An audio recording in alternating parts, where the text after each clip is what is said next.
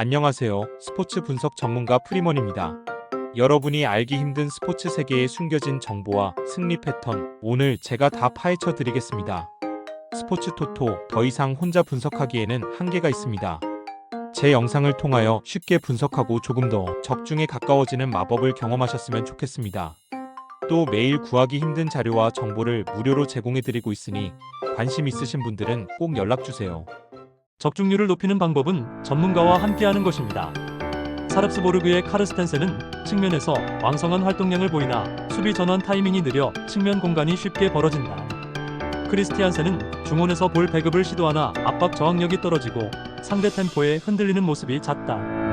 전반적으로 전진 템포가 느리고 볼 점유율을 지켜내지 못한 채 패스 성공률이 낮아지는 경향이 강해지고 있다. 홈에서도 수비 간격이 무너지는 장면이 자주 나오고 있으며 경기 후반에는 박스 수비 집중력이 급격히 낮아진다. SK 브란의 피네는 중원에서 넓은 시야를 바탕으로 전개 속도를 끌어올리고 템포 조절에도 능한 자원이다.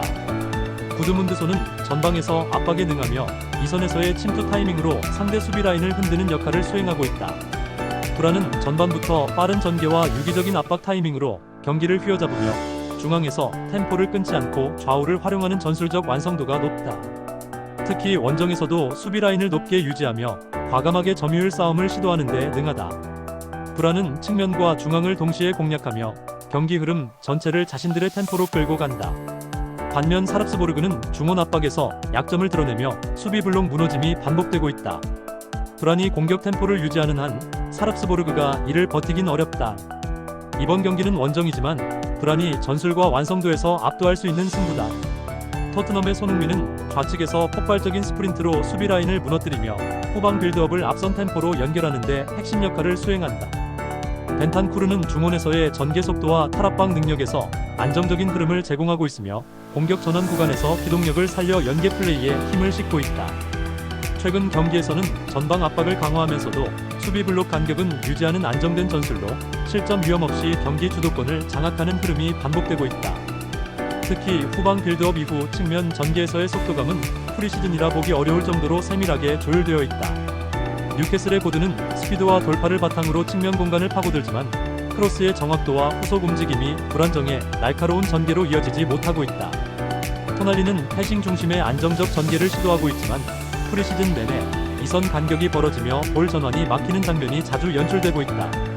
무엇보다 전반적인 경기 템포와 압박 강도가 낮아 상대가 템포를 끌어올릴 경우 라인 유지가 어려운 모습이 이어지고 있다. 특히 라인 간격이 벌어진 이후에 수비 대처 능력은 여전히 불안 요소로 작용하고 있다. 토트넘은 프리시즌임에도 불구하고 전술 디테일이 살아있고 전방 압박과 마무리의 완성도도 높다.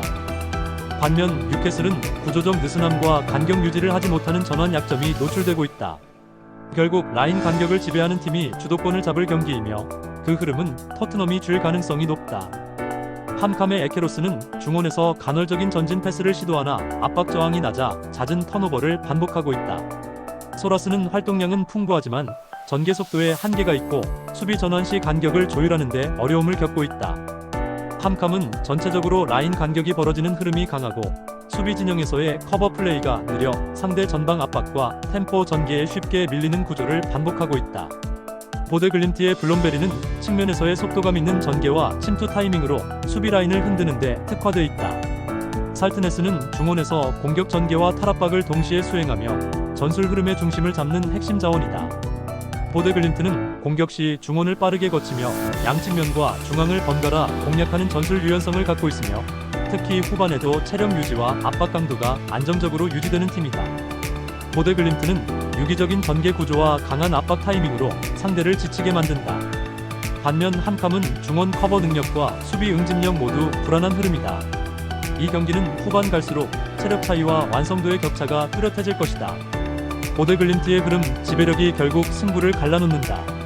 KFU의 모슬로 이오케케는 측면을 빠르게 오가며 볼 운반은 활발하지만 수비 전환 시 위치 선정이 불안하다. 샌들은 중원에서 패스 분배를 시도하나 압박이 거세지면 판단이 느려지는 단점이 명확히 드러난다. 전체적으로 중원과 수비 사이 간격이 벌어지는 상황이 잦고 특히 후반으로 갈수록 집중력 저하가 심화되고 있다. 전방 템포는 살아있지만 후방 안정감이 동반되지 않아 공격 전환 후 실점 리스크가 계속 동반된다. 로센보르그의 사이테르는 박스 근처에서 볼을 받아 드리블 돌파와 슈팅을 동시에 노릴 수 있는 득점 감각이 살아있는 자원이다. 셀라에스는 측면에서 볼 운반과 컷인 플레이로 페널티 박스 침투에 자주 관여하며 공격 밸런스를 잡아준다. 로센보르그는 전개 방향 전환 속도와 좌우 밸런스 모두에서 완성도가 높고 중원에서 볼을 점유한 뒤 측면을 넓게 활용해 상대 수비 라인을 무너뜨리는 데 능하다. 압박 강도도 후반까지 유지되며 세컨볼 회수 능력에서도 안정적인 흐름을 보여주는 중이다. 로센보르그는 전방과 중원이 유기적으로 연결되는 구조를 유지하며 템포를 조절하면서도 공격 기회를 끊임없이 만들어낸다. 반면 오슬로는 중원에서 볼을 잃는 순간부터 실점 위기가 반복되고 있으며 후반 체력 저하까지 겹쳐지면 무너지는 건 시간 문제다. 이 경기는 로센보르그가 템포와 완성도로 가져갈 수밖에 없다. 스트렘스고세의 메우너트는 이 선에서 전개를 주도하며 빠른 볼 배급과 연계 플레이로 박스 앞에서 위협적인 장면을 자주 만들어낸다. 크라스니키는 중원에서 압박과 탈압박 모두를 안정적으로 수행하며 공격과 수비 전환 사이에서 중심을 잡아주는 핵심 자원이다. 스트렘스고세는 홈에서 강한 압박과 빠른 라인 전환을 앞세워 경기 초반부터 상대를 몰아붙이는 템포를 자주 보여주고 있다. 특히 좌우 측면에서의 전개 속도와 전방 압박 라인이 높아 상대 빌드업을 끊어내고 세컨볼 회수로 연결하는 장면이 자주 나온다. 하우게순의 인바에르는 중원에서 활동량은 많으나 패스 정확도와 압박 저항력에서 기복을 보이며 템포 유지에 어려움을 겪고 있다. 폴라드세는 측면에서의 크로스는 안정적이나 수비 시 대응이 느려 역습 상황에서 공간을 자주 허용한다. 하우게수는 전체적으로 전개 속도가 느리고 중원에서의 볼 간수 능력이 낮아 상대 압박을 버티는데 한계를 보이고 있다. 특히 전반 30분 이후부터 수비 간격이 벌어지기 시작하며 중원 커버 부족으로 실점 위기를 반복하고 있다. 스트렘스고세는 압박 중심 템포 유지와 전방 마무리에서 매우 안정적인 구조를 보여주고 있다. 하우게수는 중원 탈압박과 수비 응집력 모두에서 반복적인 공개 조짐이 명확하다. 이번 경기는 홈에서 완성도 높은 운영을 선보이고 있는 스트렘스고세가 흐름을 틀어줄 가능성이 크다. 상대는 버티는 게 아니라 무너지는 흐름이다. 볼레랑가의 리스나에스는 활동량은 많지만 볼 간수에 어려움을 보이며 전진 타이밍에서도 종종 공백을 드러낸다. 소렌세는 이선에서의 침투와 슈팅이 강점이나 동료와의 유기적 연계가 부족해 단절된 공격 흐름이 잦다. 볼레랭가는 점유율은 유지하나 템포가 느리고 박스 근처까지 진입하더라도 마무리 완성도에서 불안함이 크다. 특히 최근 경기에서는 빌드업 구간에서의 실수가 실점으로 직결되는 장면이 반복되고 있다. 사네피오르의 던스비는 중원에서 템포 조절과 압박 대응 모두 능하며 탈압박 이후 빠른 전개를 유도하는 중심 자원이다. 멜키오르는 측면에서 드리블 전개와 컵백 상황에서의 날카로운 선택으로 팀 공격의 활로를 열어주고 있다. 사네피오르는 역습 시 전개 속도가 빠르고 중원부터 시작되는 압박이 매끄러워 상대의 볼 간수 실수를 기회로 바꾸는 장면이 자주 나온다. 특히 최근에는 후반 체력 분산 운영이 안정적으로 정착되며 경기 후반 승부처에서 결정적인 집중력을 보이는 흐름이다. 볼레랭가는 공을 오래 가지고 있어도 찬스 연결까지의 효율이 떨어지는 구조고 사네피오르는 짧은 시간에 빠른 전개로 실속을 챙기는 팀이다. 수비 응집력과 템포 유지력의 차이가 결과에 반영될 경기다. 이번 승부는 점유율이 아니라 타이밍과 집중력이 좌우할 것이다. 몰대의 그라나스는 중원에서 공수 전환을 부드럽게 이어주는 전술 중심축으로 공격 템포를 끌어올리는데 핵심적인 역할을 한다. 에이크렘은 세트피스 상황에서 결정적인 키패스를 공급하며 문전 앞에서의 마무리 지원도 높은 빈도로 수행한다. 몰대는 기본적으로 점유율 중심의 안정적인 전개를 바탕으로 전반 초반부터 강한 압박과 좌우 흔들기로 상대 수비를 무너뜨린다. 홈에서의 경기력은 리그 내에서도 손꼽히며 초반 20분 이내 선제 득점 확률이 매우 높은 팀이다. 브리네의 스크리브는 중원에서 왕성하게 활동하지만 탈압박 능력은 떨어지며 전개 속도에 끌려가는 장면이 잦다. 스트렁크는 중원과 측면을 오가며 커버를 시도하나 포지셔닝이 불안정하고 수비 가담 속도 역시 늦다. 브리네는 후방에서의 빌드업이 단조롭고 상대 강한 압박에 쉽게 끊기는 구조를 반복하고 있다. 특히 라인 간격이 벌어지는 상황에서 세컨볼 회수율이 낮아 몰대처럼 공격 템포가 빠른 팀을 상대로는 전술적으로 매우 취약한 흐름이다. 몰대는 홈에서의 전개 속도, 전방 마무리, 전술 응집력 모두 정점에 도달한 흐름이다. 반면 브리네는 수비 간격 유지와 중원 커버 속도에서 일관된 약점을 노출하고 있다. 이 경기는 몰대가 초반부터 압박의 흐름을 완전히 지배할 수밖에 없는 그림이다. 브리네에게 반전은 없다. 실점은 예정된 수순이다. 아인트호벤은 4-3-3 포메이션을 기본으로 빠르고 유기적인 공격 전환을 선호한다. 최전방의 페피는 페널티 박스 근처에서 예측하기 어려운 움직임과 탁월한 슈팅 결정력으로 상대 수비진의 부담을 극대화시키는 자원이다. 좌우 윙을 담당하는 드리우시는 폭발적인 스피드를 바탕으로 측면 돌파와 크로스를 자유롭게 활용하며 공격의 속도를 끌어올린다. 반덴베르크는 중원에서 안정된 볼 배급과 전술 조율 능력을 바탕으로 팀 전체의 밸런스를 유지하는 역할을 담당하고 있다. 최근 아인트호벤은 주전 선수들의 컨디션과 전술 완성도가 빠르게 올라오며 압박 강도와 속공 전환의 효율성이 극대화되는 모습을 보였다.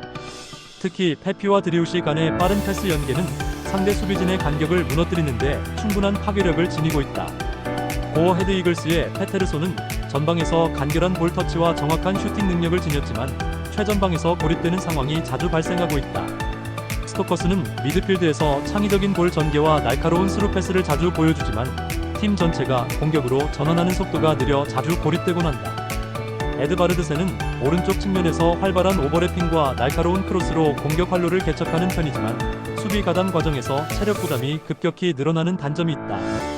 최근 이글스는 주전들의 체력 저하로 인해 후반부로 갈수록 수비 조직력이 현저히 떨어지는 경향이 반복되고 있다. 특히 상대의 빠른 측면 공격과 빠른 역습 상황에서 수비진의 간격이 벌어지며 위기를 자주 초래하고 있다. 아인트호벤은 확실한 전술적 우위를 바탕으로 최근 컨디션까지 최고조로 끌어올리고 있다. 반면 이글스는 공격 전환 속도와 후반 체력 관리에서 문제를 드러내고 있어 전반부터 홈팀의 빠른 템포에 수비진이 크게 흔들릴 가능성이 높다. 이번 경기는 전술적 흐름과 속도 싸움에서 확연히 앞선 아인트호벤의 무난한 승리가 기대되는 매치다. 본머스의 세메뉴는 좌측에서 빠른 스피드를 바탕으로 1대1 돌파를 자주 시도하며 침투 타이밍을 다양하게 가져가는 특징이 있다.